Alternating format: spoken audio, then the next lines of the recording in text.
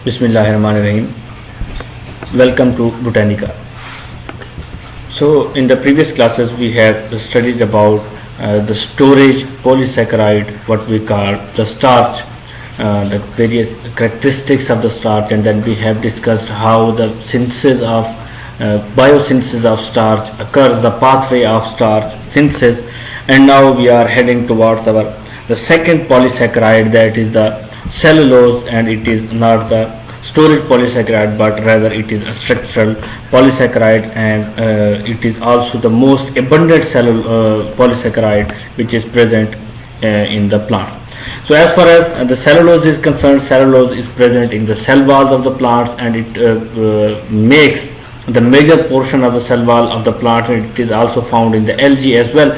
And that's why, because of the presence of cellulose in the cell wall, it makes it most abundant organic compound or polysaccharide which is present on the earth. So organisms build strong materials from structural polysaccharides. So as far as the structural polysaccharides are concerned, either that is the pectin, aniline, so these are cellulose, these all are the structural polysaccharides. So as far as the organisms are concerned, polysaccharides, structural polysaccharides are made, or they are present to make a strong material which are resistant and which are hard, and they are made for protective function. For example, we have the polysaccharide which we call the cellulose. It is a major component of the tough walls that enclose the plant cells. So as far as the presence of cellulose is concerned, cellulose is present in the cell walls as I have discussed previously, and it is present in the cell walls, and cell walls are the outermost boundaries of the plant cells. So that's why they are protective in function, they are tough, and they are also enclosing the cell. So as far as the characteristic of protective compounds are concerned, it should be tough and it should be resistant. So cellulose obeys all those conditions, and it is tough and it is resistant, and it is present in the cell walls of the plants. So as far as its presence is concerned, on a global scale on the planet Earth, plants produced about 10 raised to the power 14 kilograms of cellulose per year or per annum, which makes it to the, or in other words, 100 billion tons of cellulose is made each year by the plants. So it is also used for some commercial purposes as well, and trees are cut down to use this particular bark and wood for and other components as well for cellulose as well. But here the production is the rate of production make it the most abundant organic compound or most abundant polysaccharide on the planet Earth. It is the most abundant organic compound on the earth because of its huge production, as its presence in the plant cell walls and plant diversity. As you know, the plants are diversified on the planet Earth, and they are present everywhere. Either that is the desert habitat, either that is they are present also in the marine habitat, in the fresh water, on the grassland and forest. Everywhere you will find plants, and mostly there are angiosperms, gymnosperms, bryophytes and pteridophytes are there, but angio and gymnosperms are mostly dominating, and this cell wall is composed of cellulose.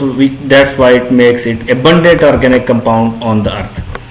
Cellulose, as far as the composition or constituent parts of the cellulose is concerned, cellulose is a polymer, as we have named it a structural polysaccharide, in which the term poly means that it is a polymer. And what is a polymer? Polymer is the compound which is made up of a repeating subunits, which are the constituent parts of that polysaccharide, and there are repeating subunits which are making the cellulose, that is the glucose. So there are the glucose subunits which are joined end to end by the beta 1,4 glycosidic linkage in these two polymers, and it will make it a polysaccharide. But as far as the storage polysaccharide and structural polysaccharides are concerned, their constituent or their composition is same. In starch, the starch is also made up of the glucose, and cellulose is also made up of the glucose, but the bonding pattern or the glycosidic linkage in these two compounds is different, and this particular one difference in these two compounds and this linkage makes these two compounds very different from one another, One compound is for storage purpose, another compound is for structural components. So the difference is based on the fact that there are actually two slightly different ring structures of the glucose. So as far as the glucose is concerned, the straight chain structure of the glucose is the same, but when glucose changes, it changes into a ring structure form in the solution. There are two different types of the possibilities. What are those possibilities?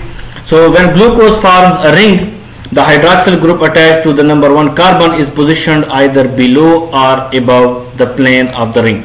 So when the glucose molecule, the chain structure of the glucose molecule, when it changes itself into a ring structure, so either it will make it either the hydroxyl group on the carbon number 1, either it will be below or it will be above the carbon number. So either it will make it alpha or it will be a beta. So these two ring forms for glucose are called the alpha and the beta respectively.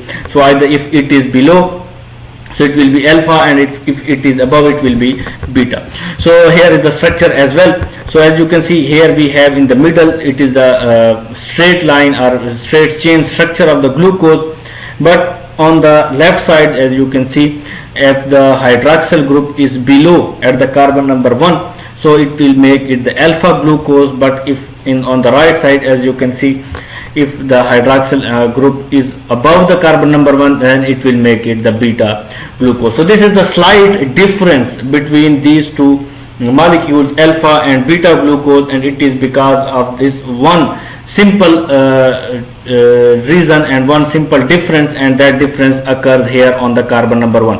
As far as the chain structure is concerned, it is same for the glucose. It is one structure for the glucose. It is not the case that for the beta and the alpha it will be different.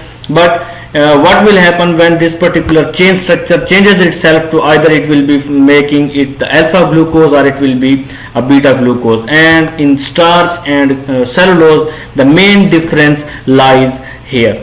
In the starch, there is a alpha 1,4 glycosidic linkage, and the glucose residues are all the glucose are alpha glucose, but in the cellulose, all the glucose residues are beta glucose. So that's why it is called it is making it another compound starch, and in next it is making it the cellulose.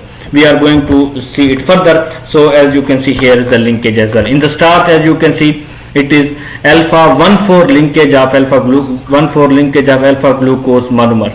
So here you can see these are the 1,4 carbon number 1 of the 1 glucose residues, and the 4th number carbon of the next sugar molecule, next glucose molecule, and the bonding pattern is repeated, and these subunits are repeated, and this particular linkage is alpha glucose or alpha 1,4 glycosidic linkage, because these all the glucose residues are alpha type. But here, as you can see in the cellulose, this particular these two glucose molecules, they are inverted to one another, upside down. As you can see here, you can see the oxygen is here, but in the next glucose molecule, the oxygen is lying down according to or comparatively to this particular first glucose.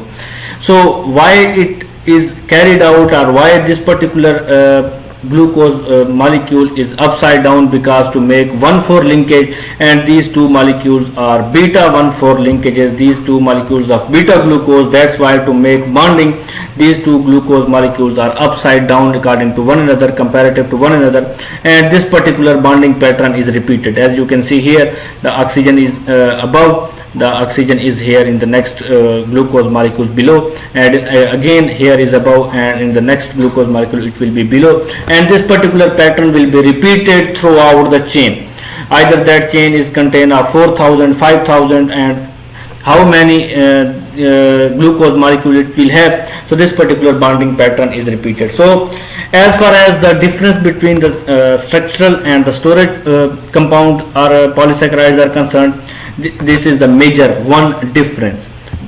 Monomers are the same. Monomer is the glucose in the starch, glucose in the cellulose, but the main difference lies here in the bonding pattern, that here is the alpha glucose monomers, but here we have the beta glucose monomer, which make it a structural polysaccharide rather than the storage polysaccharide. So as far as the cellulose is concerned, cellulose is found here in the, you can see we have taken it from the plant cell walls. So as far as the cell wall is concerned, cell wall is made up of the cellulose, and cellulose is found in the form of a microfibril, which are the thread-like structures. As you can see here, they are we can say that they are the thread-like structure which are present there, which we call the microfibril, and these microfibrils are a bundle of about 80 cellulose molecules. So how many molecules there will be? As you can see here, we have the cell wall. We can say that the overview of the cell wall 0.5 micrometer, and here is the cellulose. These are the polysaccharide chains of the cellulose, which are combinedly they are making it a cellulose microfibril.